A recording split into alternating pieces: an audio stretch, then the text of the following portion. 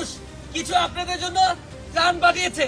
যেহেতু এখন কারেন্ট নাই, চুলা নাই, এজন্য শুকনো খাবার নিয়ে এসেছি। বর্তমানে বাংলাদেশের কয়েকটি জেলায় বন্যার অবস্থা খুবই ভয়াবহ। এমন পরিস্থিতিতে তাদের পাশে দাঁড়িয়েছে দেশের অন্যান্য জেলার মানুষ। যে যেভাবে পারছে তাদেরকে সাহায্য করার জন্য ছুটে চলছে। তবে সবার মতো তৌহিদ আফ্রিদিও তাদের পাশে এসে দাঁড়িয়েছে।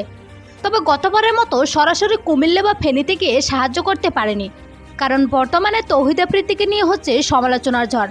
তবে এত সমালোচনা নিয়ে একজন কন্টেন্ট ক্রিয়েটর আমাদের বলেন, কয়েকদিন আগে ছাত্ররা যখন আন্দোলন করে তখন সে তো কোনো পোস্ট দেয়নি, সরাসরি ছাত্রদের পাশেও থাকেনি। পরে জানা যায় সে সরকারের পক্ষ হয়ে কাজ করছে, কিন্তু এখন বন্যায় সে আসে মায়া দেখাতে। তখন তো রাস্তায় অনেকেই শহীদ হয়েছে, তখন কেন সে আসেনি? এখন তাকে না হলেও চলবে। অন্যদিকে তৌহিদ আফ্রিদিকে দেখা যায় বিপুল পরিমাণে খাবার বন্যার্তদের মাঝে পৌঁছে দিতে। এই বিষয়ে গতকাল তৌহিদ আফ্রিদি বলেন, আমি জানি আমাকে নিয়ে আপনাদের অনেক অভিযোগ, আপনারা আমাকে যা ইচ্ছা বলেন, কিন্তু আল্লাহর দোহাই লাগে আমাকে এমন পরিস্থিতিতে আপনাদের পাশে থাকার সুযোগ দিন। সো ভিউয়ার্স, তাকে নিয়ে আপনার মতামত কি জানিয়ে দিন কমেন্ট করে।